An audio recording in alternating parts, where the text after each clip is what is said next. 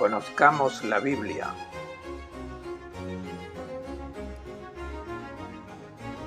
Con el padre Claudio Doglio.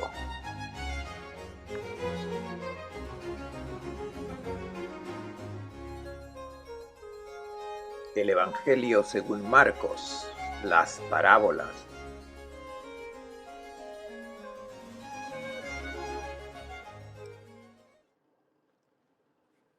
La narración del evangelista Marcos comenzó con un día especial en Cafarnaún, donde el narrador mostró la intensa y extraordinaria actividad de Jesús con sus discípulos, con la multitud y también solo. Toda la historia de Marcos se organiza en dos fases importantes y ambas culminan con una profesión de fe. La primera parte de la historia concluye con la profesión de fe del apóstol Pedro. Esta primera parte, a su vez, puede estructurarse en tres momentos diferentes. Cada uno de estos momentos termina con una nota polémica de rechazo y agresión. Así, la primera parte de la narración termina con el capítulo 3, versículo 6, con la indicación de que los fariseos salieron inmediatamente con los herodianos y tuvieron un consejo contra él para hacerlo morir. Los adversarios desde el comienzo se dan cuenta de que Jesús es peligroso, de que su anuncio es extraordinario y se sale de todo esquema tradicional. Inmediatamente después comienza una segunda parte y Marcos, habitualmente al comienzo de cada parte, introduce un resumen y una narración de vocación. Este resumen que encontramos en el capítulo 3 es amplio y no describe un episodio en particular, sino precisamente, como un resumen, lo hace con lo que era habitualmente el comportamiento de Jesús, lo que hacía en general. Se observa sobre todo que una inmensa multitud de todas las regiones circundantes acudían a Jesús para escucharlo hablar, pero sobre todo porque curaba. Las curaciones realizadas por Jesús son, desde un punto de vista de reconstrucción histórica, sin duda, la razón que atrajo a las multitudes. Simplemente los hermosos discursos no atraen la simpatía de la gente. Es necesario plantear la hipótesis, como dato histórico necesario, que Jesús haya realizado algo extraordinario en favor de las personas simples. Y es propiamente esta intervención terapéutica de Jesús lo que atrae la atención de las personas. Inmediatamente después del resumen, Marcos narra la constitución de los 12. Adopta el verbo hacer como si fuera una intervención creativa. Al comienzo de la primera parte ha narrado la llamada de 4 discípulos: Simón, su hermano Andrés, Santiago y su hermano Juan. Ahora dice que Jesús constituyó de manera estable un grupo formado por 12 personas. Subió a la montaña, fue llamando a los que él quiso y se fueron con él. Nombró a 12. Creó 12. Notemos el detalle. Jesús subió a la montaña y fue llamando a los que él quiso. Elige libremente con un criterio de afecto y ellos responden, se fueron con él. De este grupo amplio, de aquellos que lo siguen con afecto, Jesús elige un grupo pequeño con un número preciso y determinado. El 12 tiene una referencia simbólica, hace alusión al nuevo Israel, como los 12 patriarcas que habían dado comienzo a las 12 tribus, hijos de Jacob. Así ahora el nuevo Israel tiene 12 patriarcas que comienzan una nueva fase histórica. Jesús crea este grupo y el evangelista especifica dos propósitos importantes. Los llamó primero para que convivieran con él. Segundo, para enviarlos. Apóstol significa enviado, delegado. Jesús los eligió para poder enviarlos y hacer un trabajo que él les indicó claramente. Pero antes de enviarlos, el fin que Jesús se ha propuesto es tenerlos con él, elegirlos para quedarse, para que se queden con él. En el original griego utiliza el verbo ser, osin, más fuerte que el verbo estar. El objetivo de Jesús es que los elegidos estén con él. Estar con el Señor es lo máximo, es la meta a la que cada discípulo tiende. Lo importante es estar con Él. De esta comunión de vida nace la misión. Solo se puede ser enviado de Jesús, portavoz de su palabra, si se está con Él. Lo que caracteriza a los apóstoles es haber estado con el Señor. De aquí nace la misión, que a su vez tiene dos objetivos. Primero, predicar. Y segundo, expulsar los demonios. Jesús había comenzado en la sinagoga anunciando y liberando a un hombre endemoniado. El mismo tipo de actividad ahora se delega a sus apóstoles. Su tarea es proclamar el Evangelio, pero esa palabra es una palabra eficaz. No se trata simplemente de contar una historia, sino de actuar sobre la humanidad. Y para Marcos, la acción fundamental es luchar contra el espíritu de las tinieblas. La tarea de los apóstoles es de expulsar demonios, vencer al enemigo, liberar a la persona. La palabra del Evangelio tiene una función terapéutica, redentora, libera al hombre de la opresión del mal. Por lo tanto, les da 12 nombres, de acuerdo con la lista tradicional que también preservan los otros evangelistas. En este punto comienza la narración de la segunda parte de su evangelio, con un momento de incomprensión enmarcado en el episodio de la incomprensión de los familiares. Al centro está la dura oposición calumniosa de los escribas que vinieron de Jerusalén.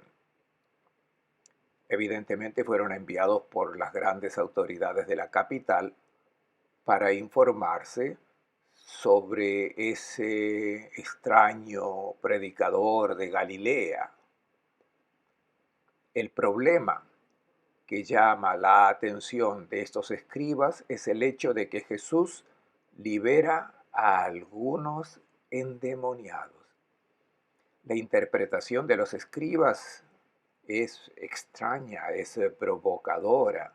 Dicen que Jesús es un aliado del diablo, es su enviado, es un colaborador de Satanás. Y de acuerdo con el jefe de los demonios, hace señales llamativas precisamente para dominar y esclavizar. Es una toma de postura trágica porque significa no aceptar la luz, no querer ver las cosas como son. Y también es una oposición violenta que cambia el día en la noche. Y Jesús llama esta actitud blasfemia contra el Espíritu Santo. Es decir, es el cierre obstinado, consciente y firme de la revelación traída por Jesús frente a una obra que libera al hombre y que da la salvación y la posibilidad de vida. Decir que proviene del diablo significa no querer ver la realidad, cerrarse obstinadamente en el rechazo. Esta actitud no puede ser perdonada porque no piden perdón. El único pecado que no puede ser perdonado es el orgullo que niega el pecado y que cree que no tiene pecado y que no reconoce en Jesús al que lleva a la misericordia de Dios. En torno a este centro tan negativo, también se mueve la misma familia de Jesús. Sus parientes, llamados hermanos y hermanas, era la manera habitual que en ese contexto judío eran indicados los parientes en general. Eran primos, pero también los suegros, los tíos, los nietos, los cuñados. Todos estos eran generalmente llamados hermanos. Podíamos traducir como parientes para crear menos problemas. Pero también manteniendo el texto original, entendemos el sentido. Sus parientes de Nazaret se han acercado a Cafarnaún porque ellos también han oído hablar de estas hazañas extraordinarias llevadas a cabo por Jesús y no entienden. El evangelista dice que incluso la madre de Jesús está presente con los otros parientes, solo que la multitud se aglomera alrededor de Jesús y los parientes no pueden contactarlo. Llega el mensaje de boca en boca y las personas más cercanas al maestro le dicen: fuera están tu madre y tus hermanos que te buscan. Y Jesús reacciona de una manera aparentemente extraña. Pregunta: ¿quién es mi madre y mis hermanos? Y mirando a los que estaban sentados en círculo alrededor de él, dijo: miren, estos son mi madre y mis hermanos, porque el que haga la voluntad de mi Padre del cielo, ese es mi hermano, mi hermana y mi madre. La mirada circular de Jesús es una pincelada típica de Marcos. Describe que antes de hablar gira la cabeza y mira a los ojos a los que lo escuchan. Mi madre y mis parientes son ustedes, Dice, ustedes que escuchan mis palabras se convirtieron en mi familia. Para ser mi pariente deben hacer la voluntad de Dios. No es un acto de desprecio hacia la Madre María, sino que es precisamente la forma en que Jesús nos habla de la grandeza de su madre. Es la que hizo la voluntad de Dios. Es su madre no por méritos particulares, sino por haber aceptado la palabra que el Señor le ha revelado y ha hecho lo que el Señor le pidió. La parentela humana de Jesús es excedida. Para ser parte de esta nueva familia que Jesús establece, no hace falta estar unido a Él por lazos de sangre. Se debe estar unido a Él por lazos de obediencia, estar como Él disponible a la voluntad del Padre. Se puso a enseñar nuevamente a orillas del mar. Así comienza el capítulo 4. Marcos de vez en cuando comienza en su narración subrayando nuevamente, para decir que ya lo había hecho antes, pero lo repitió en otras circunstancias. Viviendo en aldeas que estaban al lado del lago de Galilea, definido de una manera un tanto enfática como mar, Jesús a menudo reunía a la gente en la costa. La costa era un ambiente amplio y libre, donde la muchedumbre se podía reunir, teniendo en cuenta que en cambio las aldeas eran muy pequeñas, no tenían grandes plazas o calles que pudieran acomodar a las multitudes. Los campos eran cultivados y por lo tanto la costanera era un entorno abierto y libre donde era posible reunir a muchas personas.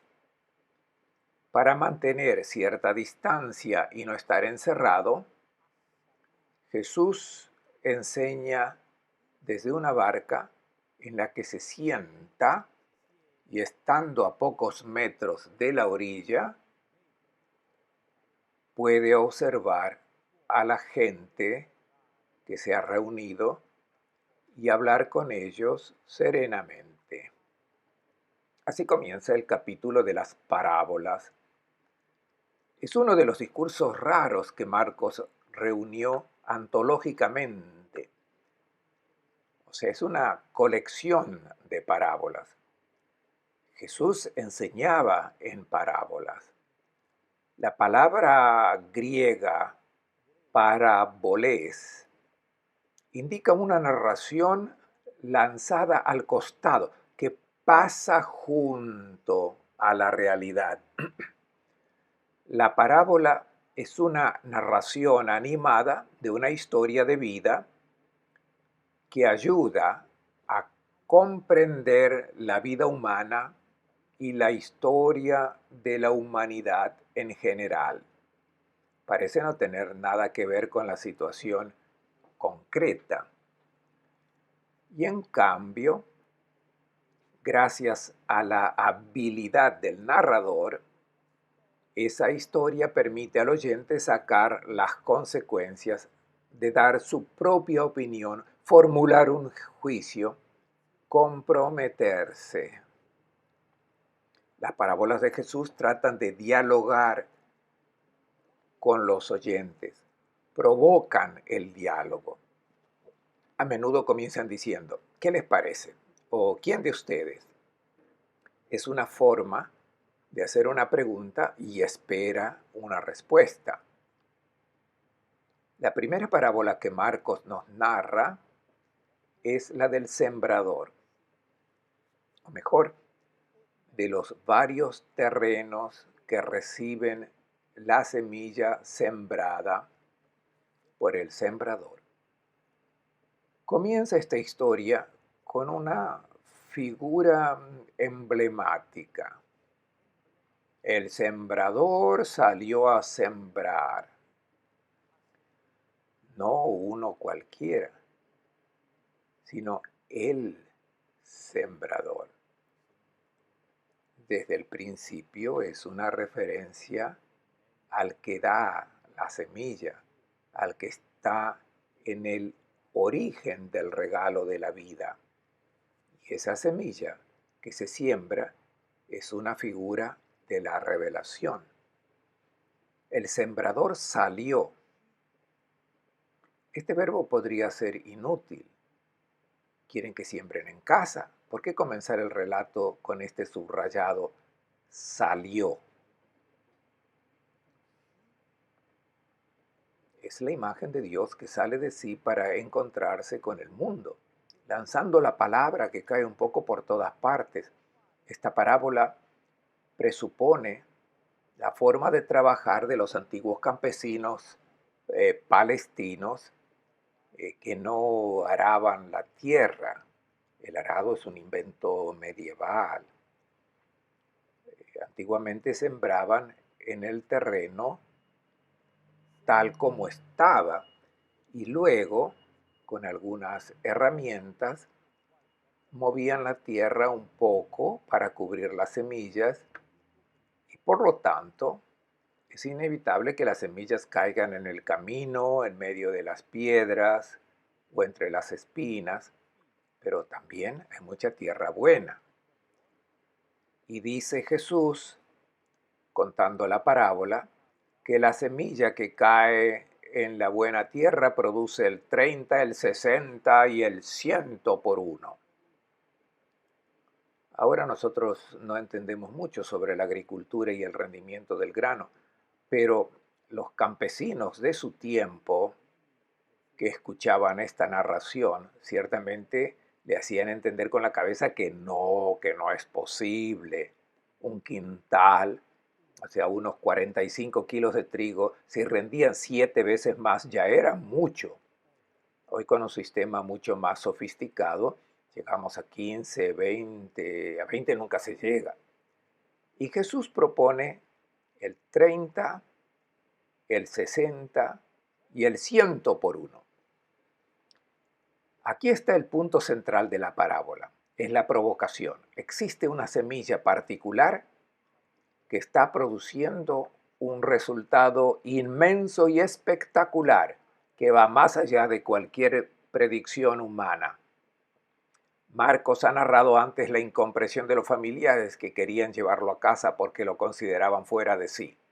La hostilidad cerrada, perversa de algunos escribas que lo consideran aliado del diablo. Y los discípulos piensan que están perdiendo el tiempo. No se llega a ningún lado, los resultados no se ven, no existen. La parábola sirve como enseñanza de consuelo. El fruto vendrá, los resultados serán excepcionales, incluso si al comienzo no lo parece. La explicación sobre los 4 tipos morales probablemente sea una adición de la primera comunidad cristiana que intentó adaptar esta historia y de exhortar moralmente a que no seamos superficiales como el terreno, no seamos inconstantes como el terreno pedregoso, no nos dejemos asfixiar por las preocupaciones, convirtámonos en terreno bueno para recoger la semilla de la palabra y dar mucho fruto. El objetivo es anunciar una semilla que crece y no indicar un terreno que es así y no puede ser de otra manera. El objetivo es estimular a los oyentes a recibir la palabra. Los que acogen la palabra y hacen la voluntad de Dios, estos son los que dan fruto. Estos pueden convertirse en hermano, hermana y madre de Jesús.